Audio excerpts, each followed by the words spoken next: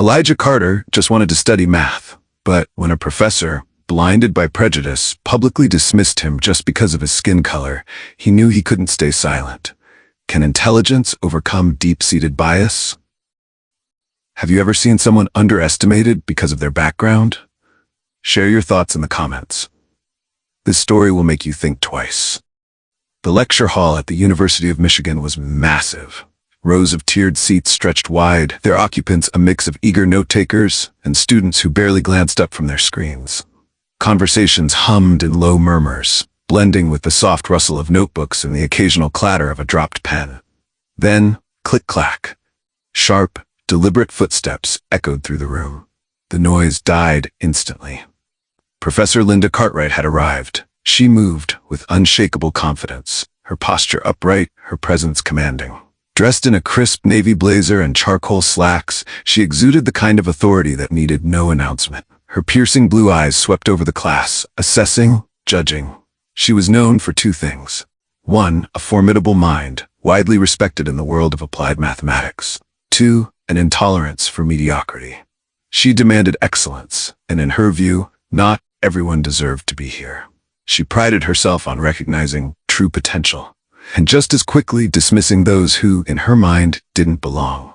She reached the front of the room, turned to the board, and picked up a piece of chalk.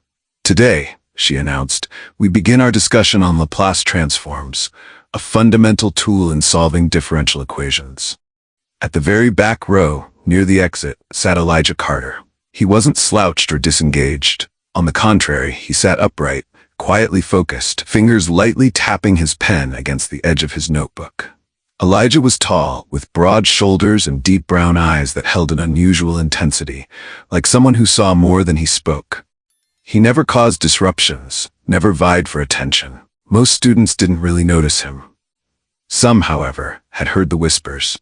He didn't come from money. Wasn't from an elite prep school. Probably here because of some diversity initiative. Elijah knew what people assumed, and he let them assume. He wasn't here to prove anything to them. But soon, they would all see. Chalk scratched against the board as Professor Cartwright began writing a series of equations. Laplace transforms allow us to convert complex differential equations into algebraic ones, she explained, moving swiftly through her lecture. Numbers and symbols poured onto the board in fluid strokes, her pace steady, assured. But then, a mistake. A misplaced coefficient. A minor oversight, but enough to throw off the entire calculation. It was subtle, almost imperceptible. Most students scribbled notes without hesitation, oblivious to the error, except for two people. Ryan notices but stays silent. Ryan, a sharp but cautious student, stiffened slightly. His eyes flickered to the board, then back down to his notes. That doesn't look right. His fingers hovered over his pen. Should he say something? His gaze darted to the professor, then to his classmates. No one else seemed to notice. His grip tightened. He swallowed and said nothing. Elijah notices, but waits. At the back, Elijah's pen stopped tapping. He saw it immediately. His eyes narrowed slightly, flicking between the equation and his notes. His mind processed the error instinctively, like a puzzle piece snapping into place. He glanced around. No one was saying anything. His jaw tightened. He exhaled slowly. He had seen this before, the unspoken hierarchy in classrooms like these. Who was allowed to challenge authority? Who wasn't? But then, Ryan shifted in his seat, clearly uncomfortable, and Elijah knew. If he didn't speak up, no one would. The air in the lecture hall was still, except for the rhythmic scratching of pens against notebooks. Professor Cartwright continued writing, her chalk moving in deliberate strokes, numbers flowing seamlessly, at least to most eyes. But not Ryan's. Something wasn't right. His brows furrowed as he scanned the board again. There, a misplaced coefficient, a subtle but crucial mistake. If left unnoticed, it would throw off the entire transformation. His fingers curled slightly around his pen. Should he say something? Ryan wasn't the type to challenge authority. Not here. Not with her. He shifted in his seat, hesitant. His heart beat a little faster. But if he didn't speak up now, he exhaled, then tentatively raised his hand. Professor? His voice was steady but uncertain. Professor Cartwright didn't even glance up. Yes, Ryan, she said, still focused on the equation. Ryan hesitated for half a second. He could feel eyes on him now, some curious, some impatient. I think there might be a small mistake in the third equation, he finally said. The coefficient, it doesn't seem to match the earlier step. The room stilled. For a fleeting moment, a flicker of annoyance crossed Professor Cartwright's face. Then she turned fully to face him, lowering the chalk with practiced authority. Her expression was unreadable, her tone clipped, polite but firm. Ryan, she said smoothly, I've been teaching this subject for over 20 years. If there were a mistake, I would have noticed. She let that statement hang in the air, as if daring him to challenge her further. Ryan's throat went dry. I just thought maybe. Professor Cartwright gave a thin, knowing smile, the kind that carried more dismissal than kindness. I appreciate your enthusiasm, she said, already turning back to the board. But let's stay focused on the lesson, shall we? Ryan lowered his hand, face warming. A few students smirked, and just like that, the moment passed. The professor continued writing, moving on as if nothing had happened. Ryan forced himself to look down at his notebook. He should have known better. After all, who was he to question her? But from the back of the room, Elijah Carter remained still. His gaze was steady, unblinking.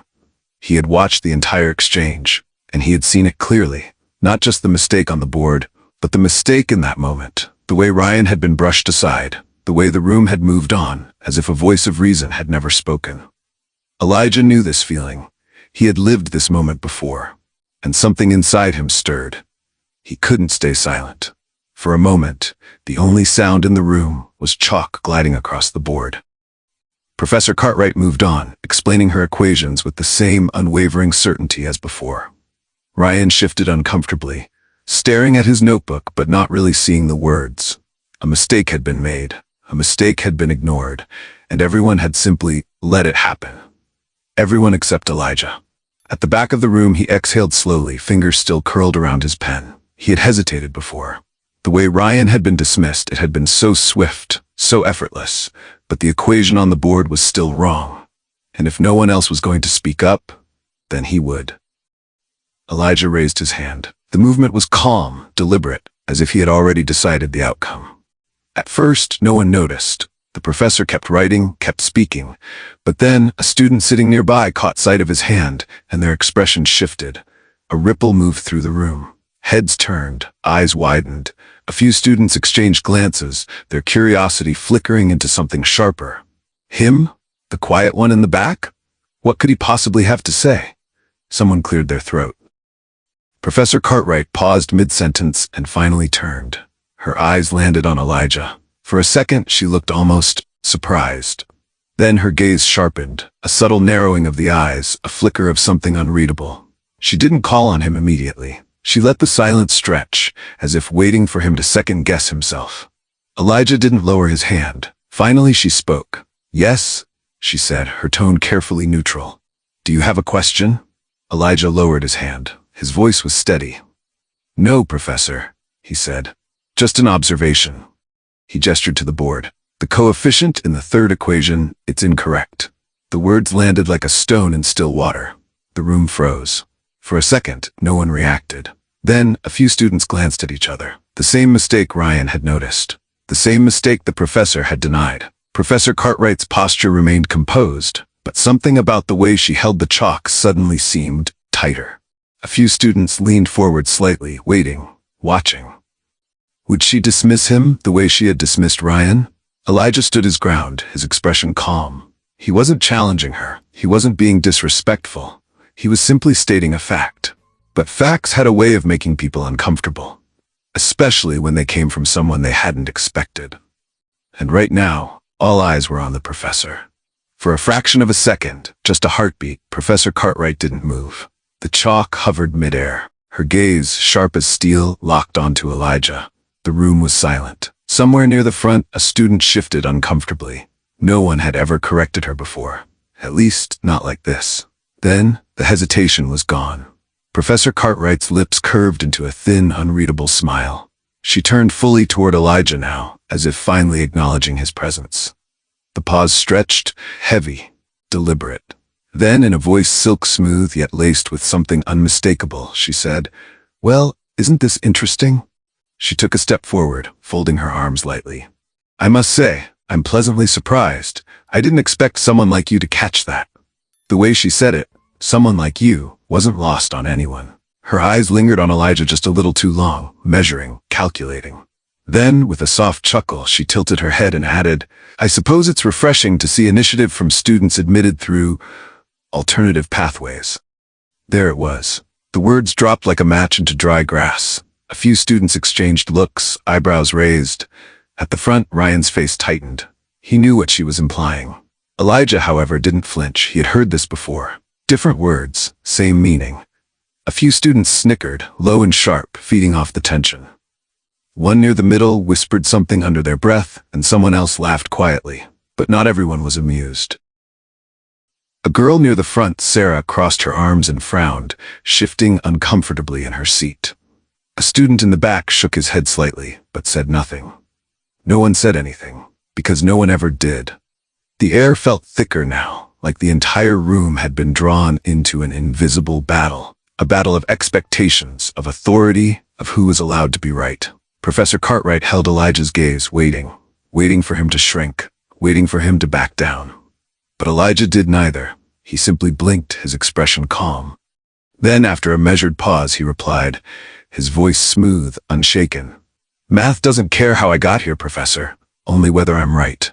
The room exhaled, a subtle shift, a flicker of something unspoken in the air. And for the first time, something unreadable passed over Professor Cartwright's face. It was only for a second, but Elijah saw it, and she knew he did. A slow, deliberate silence settled over the room. Professor Cartwright held Elijah's gaze for a second longer, her thin smile still in place, but now there was something sharper beneath it. Then, with practiced ease, she turned back to the chalkboard. Tap, tap, tap. The tip of her chalk clicked against the board as she tapped a fresh section, the sound echoing through the silent room. "All right then," she said, voice smooth, almost casual.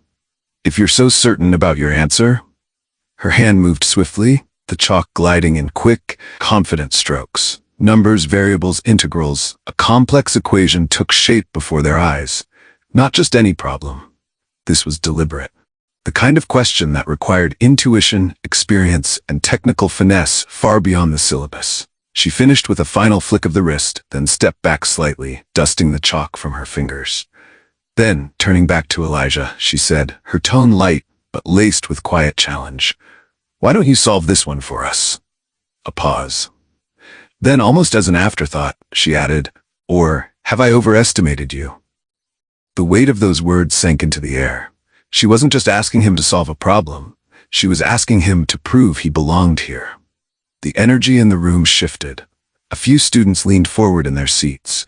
One near the front muttered under their breath, "Oh, this is going to be interesting." Even Ryan, still frustrated from earlier, found himself sitting a little straighter.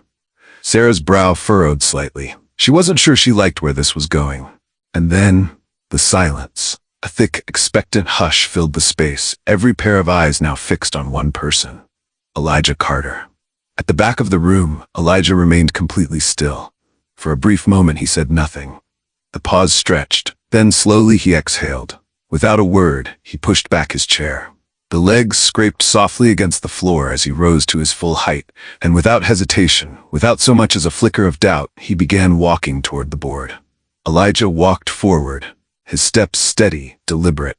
The air in the room felt different now, denser, heavier. Every pair of eyes followed him, their expressions ranging from curiosity to skepticism. At the front, Professor Cartwright watched, unmoving. Her gaze was unreadable, but the set of her shoulders, the way her arms were crossed just a little tighter than before, hinted at something beneath the surface. She hadn't expected him to step up so easily. She certainly hadn't expected him to look this calm. But Elijah was calm. He wasn't rushing. He wasn't hesitating. Because this moment, this wasn't for them. This wasn't about proving himself to a room full of students who had already made up their minds about him. This was about the math. And math, unlike people, didn't lie. He reached the board and extended his hand, a pause. Then, with an almost imperceptible flicker of hesitation, Professor Cartwright handed him the chalk. Elijah rolled it between his fingers for a brief second, feeling its weight. Then, he began to write. The moment the first number appeared, a shift ran through the room. By the time he moved to the second line, the whispering stopped. The third, Ryan straightened in his seat. The fourth, Sarah's pen, poised to take notes, remained frozen midair. Elijah's movements were precise, unwavering. His writing was fluid, confident, as if the equation had already unraveled in his mind long before he stepped up to solve it. No pauses, no second-guessing, just certainty. Each line flowed seamlessly into the next, breaking the problem down with such natural clarity that even those who had struggled with similar equations before began to understand it in real time. It was like watching someone compose music. Each stroke of chalk a note, each calculation a melody. Ryan's mouth parted slightly. He was following this. He was actually following this. A student near the front, who had been tapping his foot impatiently just minutes ago, leaned forward, resting his chin in his hands. Another, who had been scrolling absently on her phone, was now recording. Because this wasn't just someone solving a problem. This was something else. And then, the final line. With one last decisive stroke, Elijah finished the equation.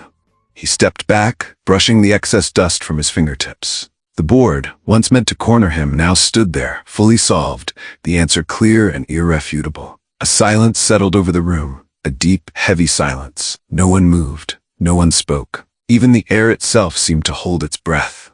Then, a single, almost imperceptible exhale.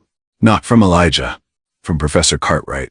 For the first time, something shifted in her expression. It was only for a second, but Elijah saw it, and she knew he did. Because this wasn't supposed to happen. The silence was thick now. Unspoken tension clung to the air, pressing down on the room like a weight. Elijah had done it. The problem was solved, flawlessly. Every step, every number, every calculation stood unchallenged on the board. There was nothing to critique. But still, no one spoke. All eyes flicked to Professor Cartwright. She remained motionless, arms still crossed, face still unreadable.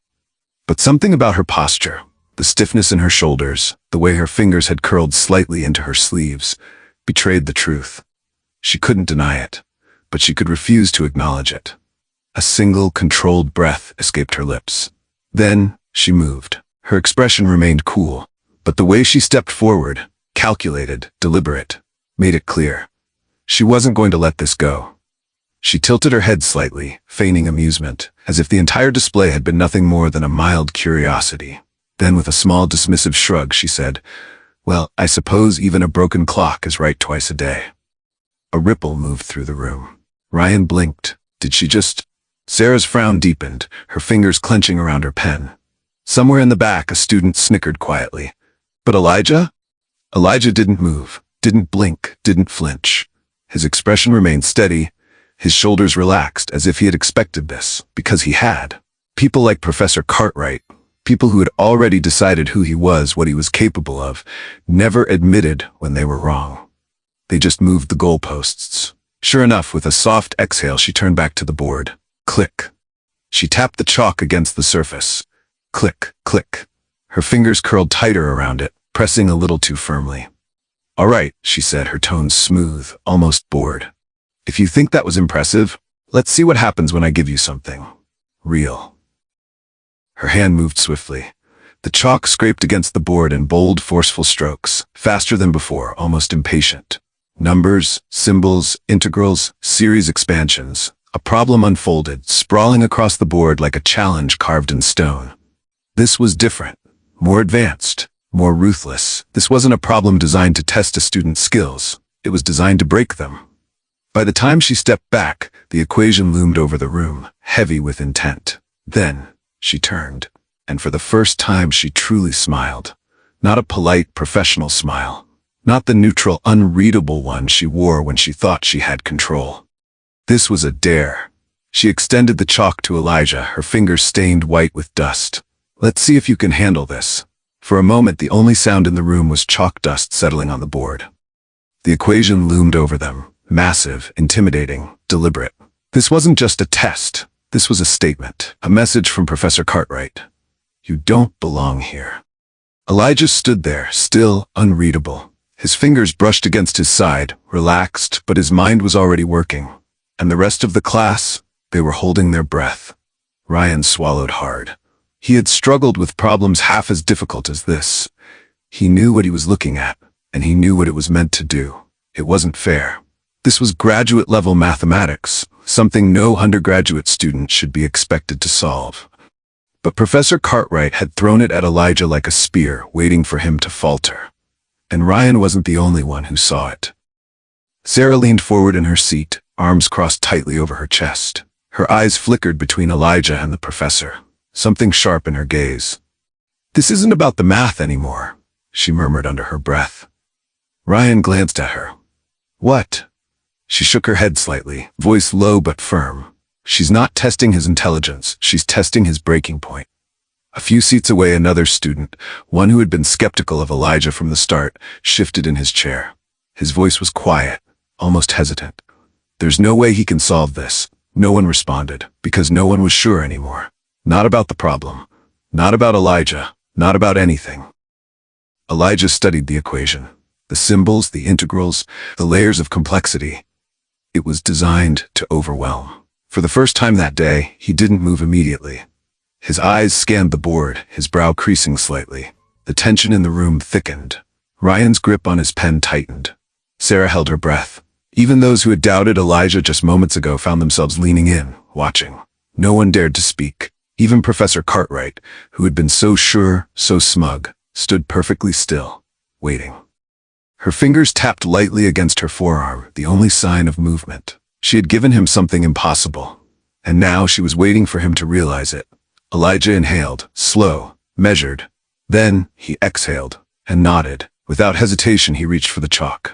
The room impossibly grew even quieter. And then he began to write. The first sharp stroke of chalk against the board cut through the silence. Then another, and another. Elijah moved with purpose, not rushed, not hesitant. Every line, every symbol unfolded seamlessly, as if he had already solved the problem in his head before even touching the board. And yet, it wasn't just the fact that he was solving it, it was how he was solving it. Sarah's brow furrowed.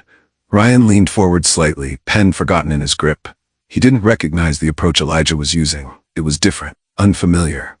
And yet, it worked. Elijah wasn't following the traditional method. Instead, he had found a shorter, more elegant path. A method that wasn't in their textbooks, wasn't covered in their lectures. It was something else, something better. Professor Cartwright's eyes narrowed. She had expected one of two outcomes. 1, Elijah would fail, proving her right. 2, Elijah would succeed, but just barely, struggling to reach the finish line. But this was something she hadn't anticipated. He wasn't struggling, he was excelling. And worse, he was teaching. Somewhere near the front, a student whispered under their breath, barely audible, This is better than the method in the textbook." Ryan heard it, Sarah heard it, even Professor Cartwright heard it. And suddenly, the dynamic in the room shifted. This wasn't just about proving whether Elijah was capable. This was about something bigger, something undeniable. The only question left was, would the professor admit it? The room stood still. The equation, now fully solved, elegantly laid out, flawless, remained on the board like an undeniable truth. Professor Cartwright stared at it. Her lips parted slightly, but no words came out. Her breath was steady, but something in her posture had shifted. A subtle stiffness in her shoulders, a flicker of something unreadable in her eyes. She knew she had been wrong. But admitting it? That was something else entirely. For a professor like her, renowned, respected, revered, to be publicly outmatched by a student, and one she had so clearly dismissed, her grip on the piece of chalk tightened just slightly. A part of her, the rational intellectual side, wanted to acknowledge what had just happened. But another part of her, the part that had built its authority on years of being unquestioned, of always being the one with the answers, hesitated. To admit she was wrong was to admit her judgment had been flawed. And that was a far more difficult equation to solve. For the first time, she wasn't sure what to say. A second stretched into 2. The weight of silence grew heavier. The class waited, and yet she didn't speak, because to speak was to decide, and at this moment, she wasn't ready to decide. Not yet. The silence was suffocating. A classroom full of students, watching, waiting, holding their breath. All eyes were on Professor Cartwright. Would she acknowledge what had just happened? Would she admit she had underestimated him? Would she say anything at all? Her fingers hovered near the chalk as if caught between two choices, acceptance or defiance. And then, Elijah moved. He turned, facing her directly. No arrogance, no triumph, just calmness. In his hand, the piece of chalk, the very symbol of authority in this room, was still his to hold. He could have dropped it, could have walked away, leaving his victory to linger in the air. But instead, he extended it. A simple gesture, a quiet offering. And then, in a voice measured, steady, yet filled with something deeper than challenge, something closer to respect, he spoke. "Professor," he said, "would you like to solve another problem together?" The room exhaled. The tension, once thick enough to choke, shifted. Professor Cartwright's fingers twitched slightly at her side. For the first time, her gaze softened. Something flickered across her face. Something unspoken, something almost fragile. And then, slowly, deliberately, she nodded. She reached forward, and with no words, but with an expression that said everything, she took the chalk. The chalk rested between two hands now. One belonged to a professor, a woman who had spent decades believing she alone dictated who was worthy of standing at the board. The other, a student she had dismissed before he even spoke. And yet, here they stood, side by side. For the first time since the lecture began, the room felt different. Something had shifted. The usual unspoken rules, who held authority, who deserved respect, who had the right to speak, were gone. There were no more whispered doubts, no more second guessing, no more assumptions. Because in this moment, it didn't matter who Elijah was. It didn't matter where he came from. It didn't matter what people thought they knew about him. Because numbers don't discriminate. Equations don't care about backgrounds. Mathematics does not bend to bias. It only bends to truth.